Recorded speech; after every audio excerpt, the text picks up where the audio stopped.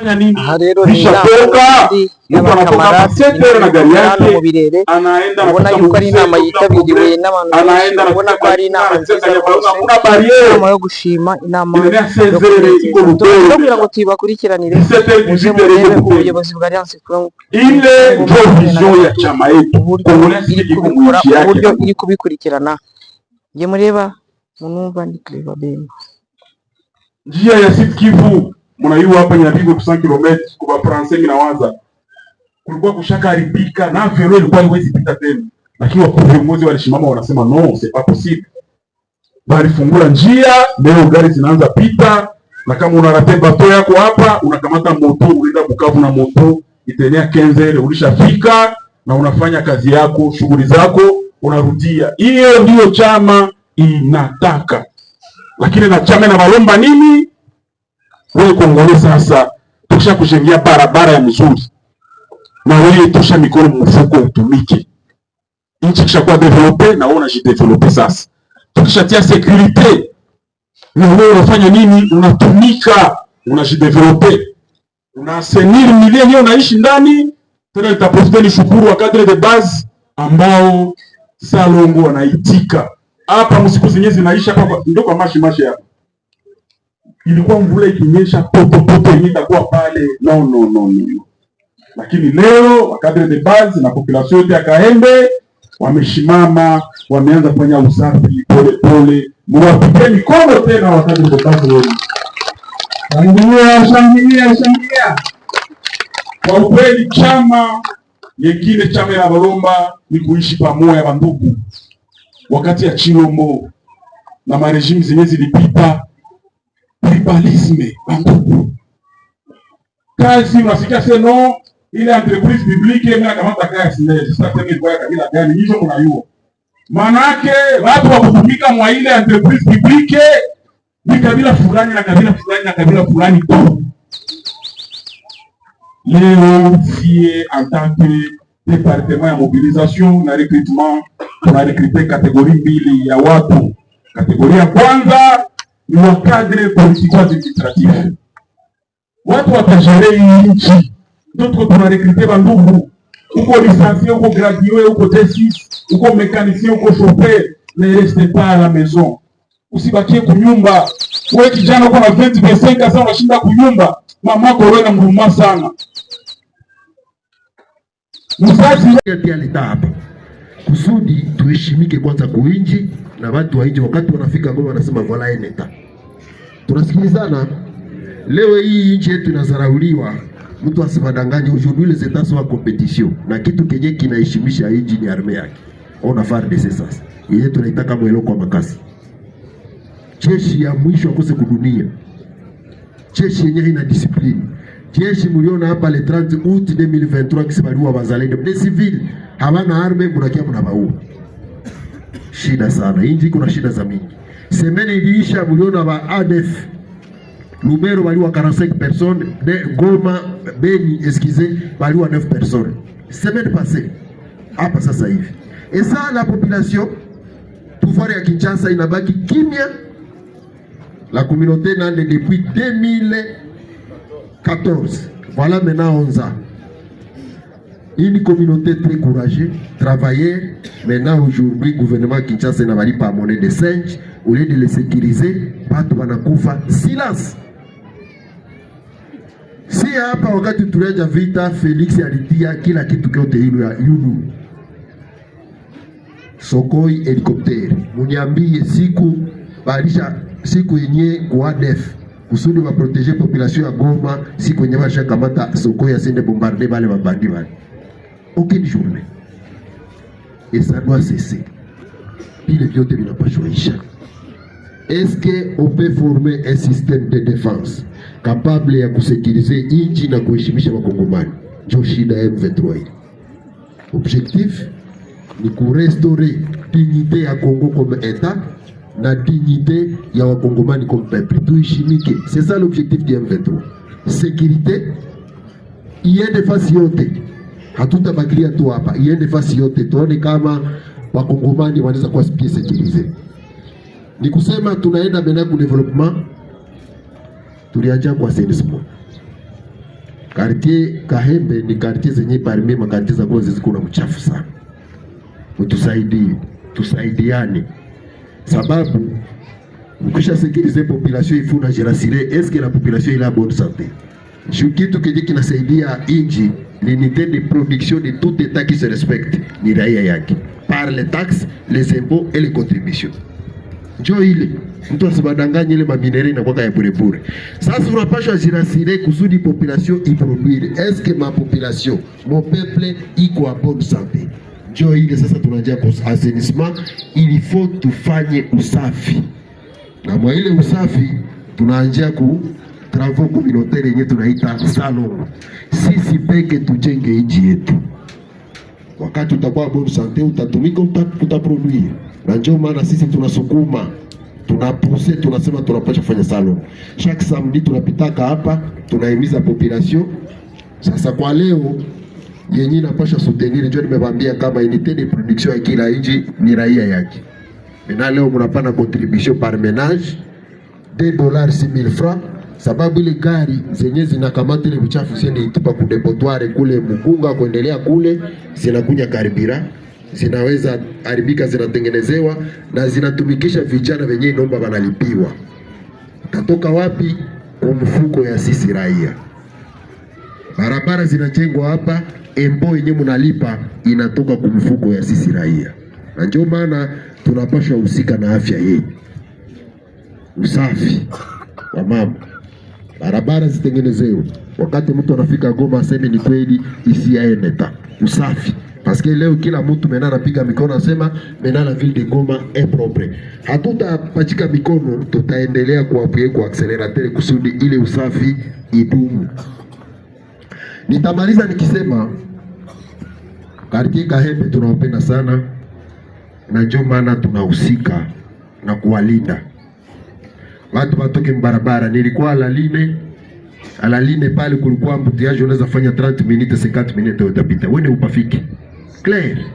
Leo hii unaweza shimama pa Kuropwe Birere ya Ruchuru, unaona kule kwa aeroport. C'est ça un état. Ordre. Choinchi. Hapana desordre. Mzungu moya tulifanya naye siku moja Salongo, alikuwa journalist, akasema alikuwa na rafiki yake Ulaya. Ile kitu ilinigusa sana. Ule rafiki yake anamwambia mimi nataka nijitembeza Afrika. Ule mzungu anamwambia tu peux venir à Kigali. Ule mzungu anasema no, Kigali c'est Europe. Je dois venir en Afrique. Akamwambia kuya Goma basi au Kinshasa. C'est parce qu'il y a un qui kuko mchafu desordre en Afrique. Tu vois ça? Maintenant ça doit cesser. Na wenyewe watamaliza ni sisi Wakongomani.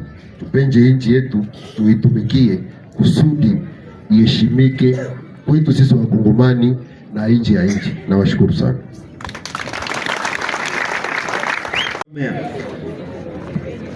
Asante sana bwana team leader.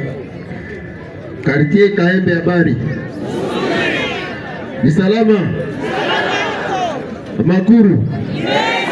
Murahoneza? Yanji michi? Kutie? Ninamukire ywe? Ninamuholo ywe? Sawa, asante sana. Tunashukuru, ni kweli kwa majina naitika kwa jina la Katembo Julien, maire de ville wa Goma. Na leo tuko siku ya 4 tariki 21 mwezi wa 8 mwaka wa 2025. Kupatikana hapa sahihi ni kwa kuzungumza tena na raia, sababu haiko njoo ya kwanza mimi nafika mkartie Kahembe. Nikiwaza kumshaishi miezi 2 nilikuwa tena mwa kanisa kuongea na raia hapa. Ya kwanza nitazungumza tu dakika kidogo na kuzungumza kuhusu security. Inji yenye kujiheshimia, hii cité identité donnée, kitu ya kwanza ni kuhakikisha raia iko wa security na mali yake. Si ni vile? Lakini leo population mko batemwe ukakamata wakati ya etat de siege, na leo utafauti iko. Si ni vile? Utafauti iko. Ni kusema leo population ya Goma inalala na amani, sauf kuko maka isole zenye tuko nafuatilia kusudi nazo ziishi. Ile ni ya kwanza. Ya pili, tulifanya uwito wenyewe, tena nitaendelea kuita hapa, mwenye anajua kama angalaweka silaha aitoe. Wandugu zetu walikuwa ni wazalendo hapa FARDC, sababu makarti kama Mugunga tungali na wapata tu na wazalendo. Aache kuchelewa, alete silaha. Akishaleta silaha atakuwa na hatua mbili. Ya kwanza, kama anapenda visi vile atarudia mvisi vile, kama anapenda kisoda bamutuma ende fanya formation ya jeshi yenye iko discipline sawa ya nini ya S23. Ingine kuhusu tu security hapa Goma, kulikuwa umwe ikakuwa kidogo 30,000 a 40,000 hommes. FARDC ndio system ya defense yetu ya kulinda nchi ilishindwa vita. Felix akaleta wazalendo, Felix Monisco ikamsaidia, hawakuchoka, wakaleta wa mercenaires roumains. Mtu mmoja alikuwa anapokea 1000 a 4000 dollars, tandis que soda wa nchi anapokea 260,000 francs moins de $100. Shida zaidi zile, lakini hakuchoka, akaenda leta Samir Sadeki nayo wapi, nayo ikashindikana. Sasa leo washaleta na Wakolombia. Sisi vita hatutaki. Felix ndio anatuimpoza ka vita. Vita ni mbaya, na ndio maana tulikuwa naomba tuzungumuze. Alifika kukaa kuitika. Leo tulisinyia accord yenyewe wanaita accord de principe. Inaomba population kukuwa na ifasiria kwa kisi nje iko natembea. Ile accord de principe njoo accord tukisha heshimia, itatufikisha kuingia kuma negotiation za kweli. Felix alikuwa nakatala kama hizi ongea na M23, ilikuwa bongo. Sababu mtu hezi jere nchi mbongo. A partir de Goma, Togokiko, Beta Kigali, bongo. Je vais transformer le Congo à l'Allemagne d'Afrique, bongo. Nakuya ikala Goma kusudi asikusekirize population ya Goma. Tout ça c'est faux. Sasa lakini si yenyewe tuleta hapa ni kukia ya kwanza kusekirize population ya Goma, na mumeona difference. Difference ni kwamba 40 voleurs inapartenir kwa histoire. 40 voleurs mnaisikiaka? Inapartenir kwa histoire. Ni kusema tutaendelea kushikaza na ile makai sole iishe.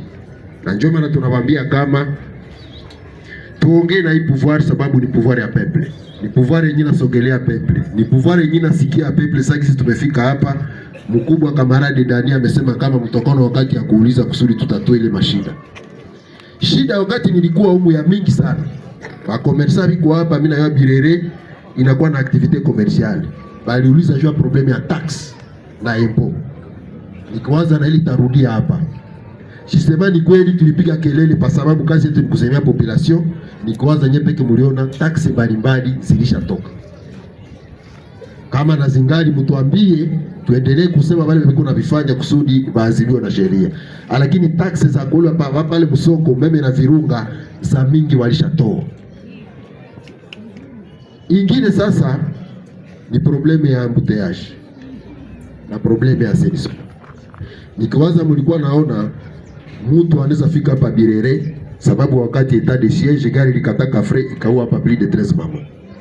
Si hatuwezi gérer vile, nous devons protéger notre population. Na ndio maana tulisema gérer c'est prévenir, diriger c'est prévenir et soigner c'est prévenir. Wa mama wa kuanjia kuropwe Ruchuru watoke waende pale msoko wa Kahembe. Na ni kweli wale mama walishatoka, nyepeke mnaona pale kunafunguka mena. Embouteillage naishi. Sawa? Nous sommes venus remettre l'ordre ici à Goma. Ulikuwa tesoro fanya nini? Ishatoka mtu anatoka sekta na gari yake anaenda na yuko ari inama yitabiriwe n'abantu, anaenda na kuona ko ari inama nziza, kuna barriere yo gushima inama iko rutero kugira ngo tibakurikiranire ubuyobozi bwa Alliance Congo. Ile ndio vision ya chama yetu uburyo iri kubikurikirana. Nge mureba munumva ndi Clever Bemba, njia ya Sud Kivu mnaiwa hapa Nyabigo 100 km kwa Francais minawaza kulikuwa kushaka haribika na vero ilikuwa haiwezi pita tena, lakini viongozi walishimama wanasema no, c'est pas possible. Bali fungula njia leo, gari zinaanza pita, na kama una rate bato yako hapa unakamata moto unaenda Bukavu na moto itenea 15 ulishafika na unafanya kazi yako, shughuli zako, unarudia. Hiyo ndio chama inataka. Lakini na chama na balomba nini? Wewe Kongole sasa tukisha kujengia barabara ya mzuri. na wewe tosha mikono mfuko utumike. Nchi kishakuwa develope na wewe unajidevelope sasa. Tukishatia security na wewe unafanya nini? Unatumika, unajidevelope. Unasenir milioni unaishi ndani. Tena nitaprofite ni shukuru wa cadre de base ambao Salongo wanaitika. Hapa msiku zenyewe zinaisha hapa ndio kwa mashi hapa. Ilikuwa mvula ikinyesha poto itakuwa pale. No. Lakini leo wa cadre de base na population yote ya Kahembe wameshimama, wameanza kufanya usafi pole. Muwapige mikono tena wa cadre de base leo. Shangilia. Kwa ukweli chama yengine, chama ya Balomba ni kuishi pamoja bandugu. Wakati ya Chilombo na marejimi zenye zilipita, tribalisme bandugu. Kazi unasikia seno ile entreprise publique mimi kamata kazi sasa tena kwa kabila gani hizo unayua.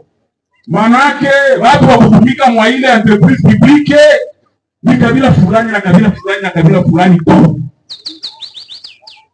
Leo sie en tant que département ya mobilisation na recrutement tuna recruter kategoria mbili ya watu. Kategoria ya kwanza ni wa cadre politico administratif. Watu watajere hii nchi. Ndio tuna recruter bandugu. Uko licencié, uko gradué, uko T6, uko mécanicien, uko chauffeur, ne reste pas à la maison. Usibakie kunyumba. Wewe kijana uko na 20-25 sasa unashinda kunyumba. Mama kwa wewe na mruma sana. Msanganyiwa. Na leo hii tuko natia watu Munzenze ishafunguliwa. Haiko ile Munzenze ya zamani nyoni ndani kisha toka. Munzenze si fasili. Toka sasa. Shida. Juu ya nini fo kwanza chunguza.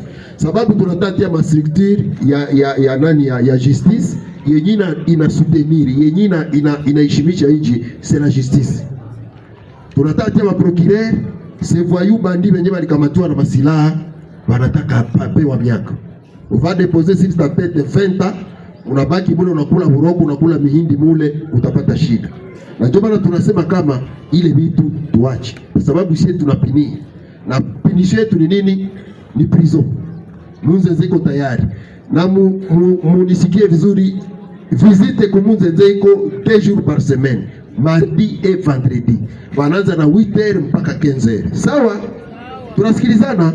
Kama na yoko na mtu wako ushamkosa, enda pale batakupokea. Visite inaanza de 8h jusqu'à 15h et mardi et vendredi. Njoo hili tujikaze vraiment, twende kumsari, sababu makosa sisi tuko na sanctionner. Mwenye iko na hana sheria okay, wakati hana probleme atatoshwa ku prison ataenda. Tunasema ingine ni probleme ya identification ya carte de lecteur. Mama alisahau. Beaucoup de jeunes n'ont pas de carte de lecteur. Et moi-même qui vous parle ici, sina carte de lecteur. Mais ile haiko shida. Na ndio maana tunasema ile shida wakati wanafanya bouclage, sababu bouclage ililetewa na nyie. Msema shida inakuwa ya mingi, mtufanyie bouclage. Na ni kweli tunaweza kuwa batemwe.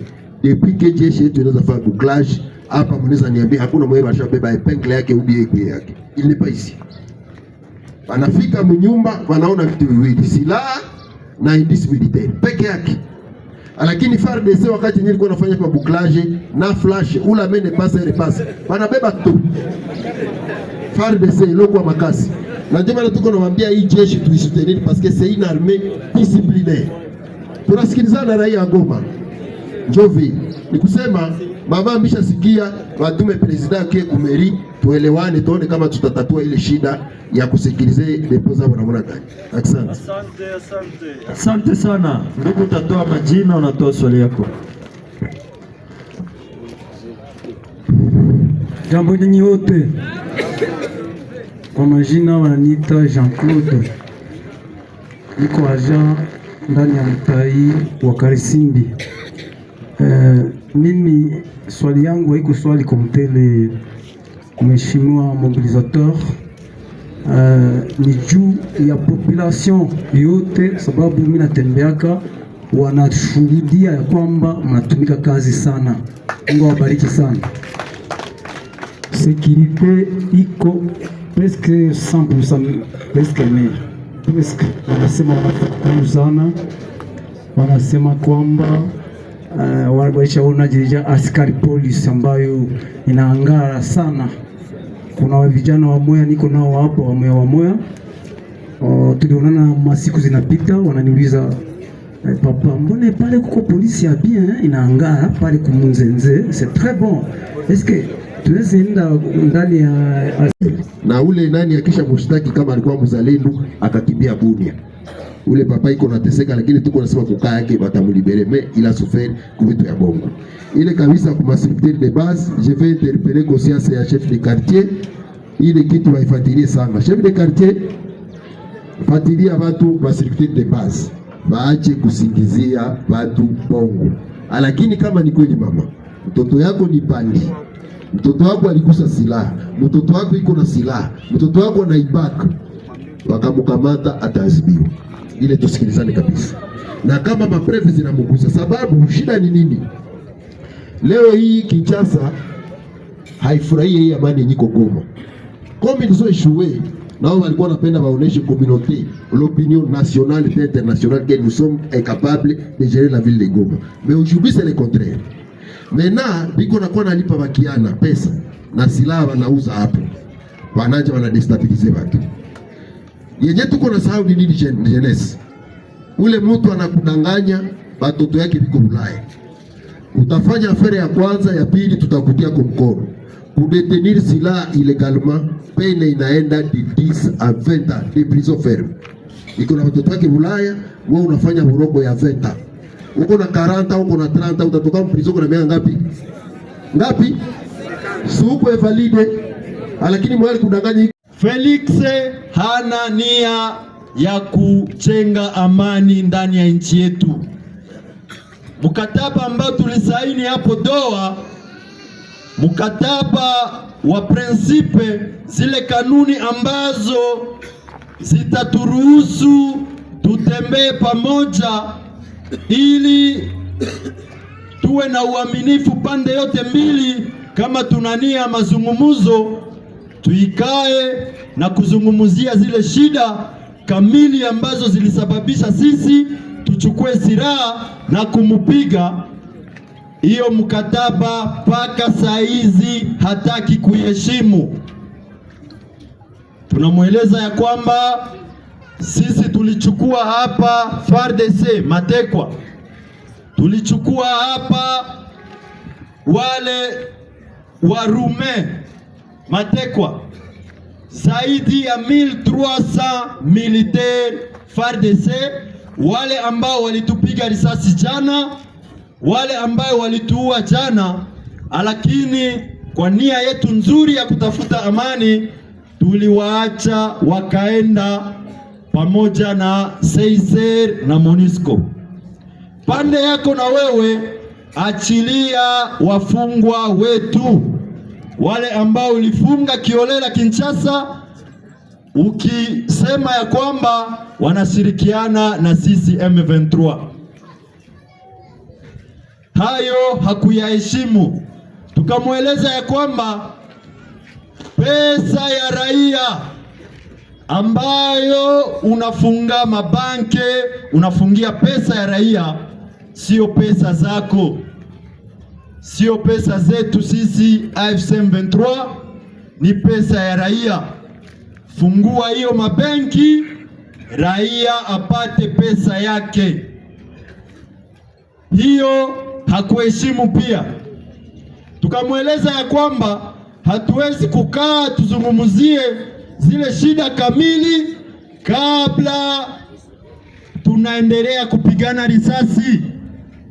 Tukomeshe mambo ya masasi, cessez-le-feu, na turudi nyuma kilomita 5, nawe urudi nyuma kilomita 5.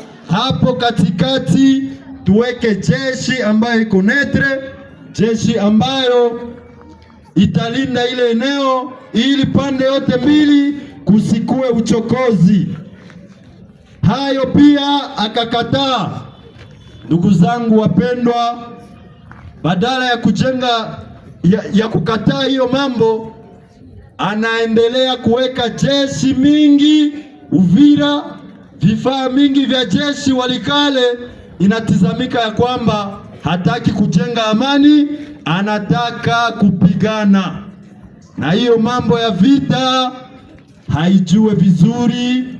Sisi tutaendelea kumuonesha kwamba tunajua mambo ya vita na tuna jeshi kamili. Tutamchapa vizuri vizuri sana, akaendelea ndani ya hizo mbinu. Kahembe viva! Viva! Huyu bwana Tshisekedi hana nia ya kujenga amani, nia yake ni kupigana, na sisi tunasema hatutachoka hadi tunakomboa mkongomani wote mpaka Kinshasa. Kwa hiyo wewe ndugu yangu wa Kaembe ambaye unakaa hutaki kufanya kazi zako, unafikiri sisi tutaondoka, bongo yako. Sisi hatuondoke, tuko hapa, jamais kutoka, jamais kubanduka. Tuko hapa tuhakikishe ya kwamba mkongomani wote anapata uhuru. Ndugu zangu vijana wa Kahembe, tusimame tuungane pamoja. Uko hapa miaka 18 kupanda juu, hauna kazi, olea kubakia ndani ya kiwanja, uko nacheza mangura, ulishakuwa expert kucheza dame. Karibu sana, tujiunge pamoja. Hapana kuharibisha maisha yako bure. Jeshi yetu ni kazi nzuri, wanafunzwa vizuri, wanatunzwa vizuri na chama. Bibi na watoto wanagharamiwa na chama, watoto wanasoma kwa gharama za chama. Pahali pa kupoteza muda yako, ukiharibu maisha yako, ukikunywa mifyatu Mandela, acha hiyo njia ndugu yangu. Usiharibu afya yako bure ndugu yangu. Tusimame pamoja, sote tuweke nguvu zetu pamoja ili tupate kujenga Goma Tracie. Kila sekteri ya maisha ya Goma Tracie tutatia ordre. Wamama walikia niona kubiro wa meri, tukaita wakomersa wa Rwanda wa kuujisha tomate. Yenye mama anasema ni kweli, sababu wale wakomersa walikuwa natoka Rwanda wanakuya huku wanaujisha mukuru na wanadetae. Sasa unaenda ona demande ya tomate iko kidogo, lakini offre inakuwa superieur. Ile vikaribisha wamama kwanza homba na kutupa tomate. Tukasema kama autorité nous devons travailler CFE. Yenye tunasema effet social yetu tunapasha tumikako. Na ndio ba autorité ba responsable. Na ndio tukana tuko nawaambia mnapasha unga AFC M23 mikono, sababu inahusika na shida za raia na inazitatua. Sasa tukasikilizana wale mama hivi. Tukasema unabaki Rwanda, sababu mulwa ya petit commerce national ndio anapasha kuwa privilegié kusudi kushinda mtu bwana tokea nje. Mama mko anifuata. Tukasikilizana kumeriti kwa kubaliana. Batakuwa nenda kumapori ya Rwanda banatosha tomate na ile matungulu banaleta ku marché Gisenyi. Hasa sie Gisenyi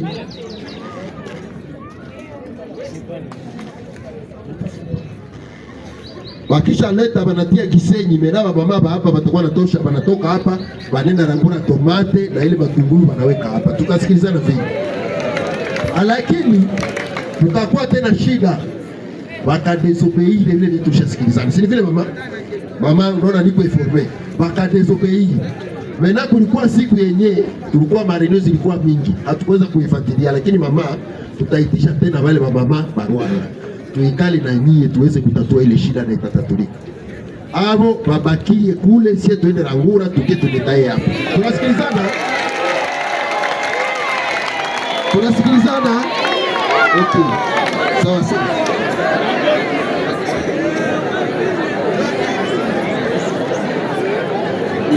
Asina specials. Iko kwa wala ya sasa rompe hapa kwa kazi. Walijenga manyumba wakatoka wale wakafikisha kwa barabara. Sasa walifikisha kwa barabara wakaniima njia, na japa mimi niko mzee najua njia. Hakuna kitu wanaweza kufunga bayenge manyumba, wakishaenga manyumba waache njia kutoka kwangu kwenda kwa kazi. Sasa walinifanyia mzuri kweli, tu kulikuwa kiarara cha kuniua. Sasa hii sasa walienga nijua wanifungia njia, na mimi ndio deklarare niko nayo kutoka mnyumba, sina faida kutoka mnyumba kwenda kwa kazi. Na nyewe mnitatulie mnipe njia ya ile barabara yangu ya Babereje ya kutoka inatoka hapa kwa machi na teremuka mpaka Kumberi baisha ifunga. Basi tutafanya nini? Na nyewe mwangalia vya zamani, msilete tena vya sasa vya kufunga manjia. Na japo manjia ndio tunakatana zisifungiwe. Asante sana mama. Mama anasema juu ya barabara ya kwenda kwake inafungiwa. Tutachukua majibu kwa meya wa mji. Mama naomba servitude. Vile wanaitaka. Tulikusema yeye iko nyuma, wa mbele anafunga barabara yote, hana nafasi kwa kuingilia kwake. Mu sheria ya urbanisme ni kweli walishenga mbaya. Na joma na tuko nasema tuko naenda hatua kwa hatua. Na irudilia tena tuko narudisha ordre mkila sektere ya maisha wa Komatrasi. Ni kusema mama takia kumeri akifanya declaration tuitishe ule mtu tumwambie kama ni droit servitude iko kifaveri na kwa katwa. Ni kusema huko oblige kupana servitude kumutu haiko ya nyuma kusudi ya kwenda chik barabara kwa atapashwa pita. Lakini mama tena na mimi pata mshtaki. Mama mimi namjua. Ni kweli mama ni mzee. Anapaswa tafuta kiazi ya kukula, anapili tunapenda utaratibu. Tulishafukuza watu kwa barabara lakini mama hapendi kutoka kwa barabara. Tulishamfukuza mara pili kwa barabara, hapendi kusikia. Lakini namwambia tena hivi, mama tusaidiane. Ile servitude tutaikusaidia utaipata. Lakini na sio tusaidie utie ordre kwa barabara. Tunasikilizana mama? Sawa, merci. Mama anaitika atatoka kwa barabara. Asante, tutapokea maswali za dada. Utatoa majina, unatoa maswali zako. Jambo mkutano. Kwa majina naitwa Madame Ashara Zaurati. Niko na question mbili. Question ya kwanza ni sociale kuhusu kazi yenye tunatumika hapa kwa barabara. Tuko wa operateur économique, tunalipa taksi ya leta, patente, kitansi, assainissement na kila kitu, lakini tuko na malalamiko moya. Tushapata probleme defi kabambi kwa hapa kubalabala, biko natubomolea madebu kila siku. Mwa hii mwezi tu ya munane kumwanzo mimi bashabomola kwangu mara mbili. Banafika banagombanisha mulango na niporte metalike paka bana parvenir kuikata, bana shota vya kushota mudepo. Nikatengeneza jirani yangu wa kufata akabomola bloke mbili yulu, banatia kama ni mtoto mdogo kama ni mwanaume kijana mdogo, anashota saki ya maragi ya valeri ya $200, anashota kalanga. Sasa kwa kufata kwa mwingine mama naye pale naye balibomola katoto basha tubomolea mwingine semene balibomola depo karibu 5. Sasa tunajiuliza, mie kwangu alibomola mara mbili na kwa ule na wengine tuko wengi. Ndio tukaambia ba president wetu wa DVV wakuwe kwa kiongozi meya wa mji ya Komatrasi. Kila sektere ya maisha ya Komatrasi tutatia ordre. Wamama walikia niona kubiro wa meri, tukaita wakomersa wa Rwanda wa kuujisha tomate. Yenye mama anasema ni kweli, sababu wale wakomersa walikuwa natoka Rwanda wanakuya huku wanaujisha mukro na wanadetae. Sasa unaenda ona demande ya tomate iko kidogo, lakini offre inakuwa superieur. Ile vikaribisha wamama kwanza homba na kutupa tomate.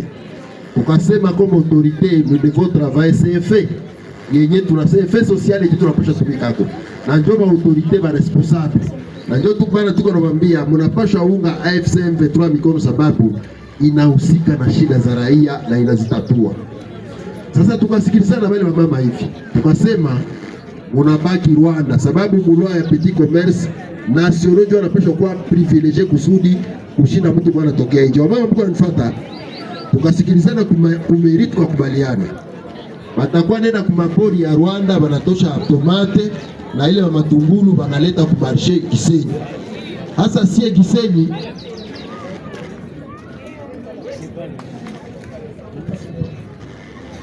wakisha leta banatia Gisenyi meraba mama hapa watakuwa natosha, banatoka hapa banenda rangura tomate na ile matungulu banaweka hapa. Tukasikilizana vingi. Lakini tukakuwa tena shida. bakadesobei ile vile tulishasikilizana, si vile mama? Mama, unaona niko informe, bakadesobei. Mena kulikuwa siku yenye tulikuwa mareneo zilikuwa mingi, hatukuweza kuifuatilia, lakini mama, tutaitisha tena wale mama barua tuikale na nyie tuweze kutatua ile shida na itatatulika.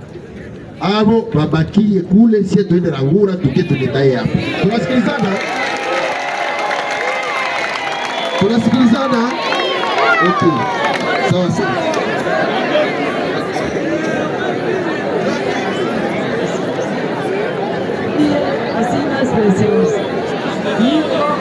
Barabara ya sasa Rongwe hapa kwa kazi walijenga manyumba wakatoka wale wakafikisha kubarabara. Sasa walifikisha kubarabara wakaniima njia, na japa mimi niko mzee najua njia, hakuna kitu wanaweza kufunga bayenge manyumba, wakishajenga manyumba waache njia kutoka kwangu kwenda kwa kazi. Sasa walifanyia mzuri kweli, kulikuwa kiarara cha kuniua.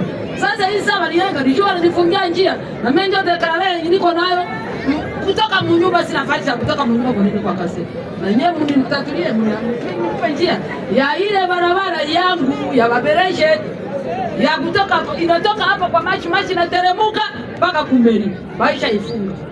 Basi tutafanya nini? Na nyewe mwangalie vya zamani, msilete tena vya sasa vya kufunga manjia. Na japo manjia ndio tunakatana zisifungiwe. Asante sana mama. Mama anasema juu ya barabara ya kwenda kwake inafungiwa. Tutachukua majibu kwa meya wa mji. Mama naomba servitude. Tu vile wanaitaka. Tulikusema yeye iko nyuma, wa mbele anafunga barabara yote, hana nafasi kwa kuingilia kwake. Mu sheria ya urbanisme ni kweli walishenga mbaya. Na choma na tuko nasema tuko naenda hatua kwa hatua. Na irudilia tena tuko narudisha ordre mkila sektere ya maisha wa Komatrasia. Ni kusema mama takia kumeri akifanya declaration tuitishe ule mtu tumwambie kama ni droit servitude iko kifaveri na kwa droit. Tusema huko oblige kupana servitude kumutu haiko ya nyuma kusudi akwenda chik barabara kwa atapashwa pita. Lakini mama tena na mimi hapa nitamshtaki. Mama mimi namjua. Ni kweli mama ni mzee. Anapaswa tafuta kiazi ya kukula, anapili tunapenda utaratibu. Nilishafukuza watu kwa barabara lakini mama hapendi kutoka kwa barabara. Nilishamfukuza mara pili kwa barabara, hapendi kusikia. Lakini namwambia tena hivi, mama tusaidiane. Ile servitude tutaikusaidia utaipata. Lakini na sio tusaidie utie ordre kwa barabara. Tunasikilizana mama? Sawa, merci. Mama anaitika atatoka kwa barabara. Asante, tutapokea maswali za dada. Unatoa majina, unatoa maswali zako. Jambo mkutano. Kwa majina naitwa Madame Ashana Zaurati. Niko na question mbili. Question ya kwanza ni sociale kuhusu kazi yenye tunatumika hapa kwa barabara. Tuko wa operateur économique, tunalipa taksi ya leta, patente, kitansi, assainissement na kila kitu, lakini tuko na malalamiko moya. Tushapata probleme defi kabambi kwa barabara, biko natubomolea madepo kila siku. Mwa hii mwezi tu ya munane kumwanzo mimi bashabomola kwangu mara mbili. Banafika banagombanisha mulango na niporte metalike paka bana parvenir kuikata, bana shota vya kushota mudepo. Nikatengeneza jirani yangu wa kufata wakabomola bloke mbili yulu, banatia kama ni mtoto mdogo, kama ni mwanaume kijana mdogo, anashota saki ya maragi ya valeri ya $200, anashota kalanga. Sasa kwa kufata kwa mwingine mama naye pale naye balibomolaka, donc washatubomolea mwingine semene, balibomola depo karibu 5. Sasa tunajiuliza, mie kwangu walibomola mara mbili na kwa ule na wengine tuko wengi. Ndio tukaambia ba president wetu wa DVV wakwe kwa kiongozi meya wa mji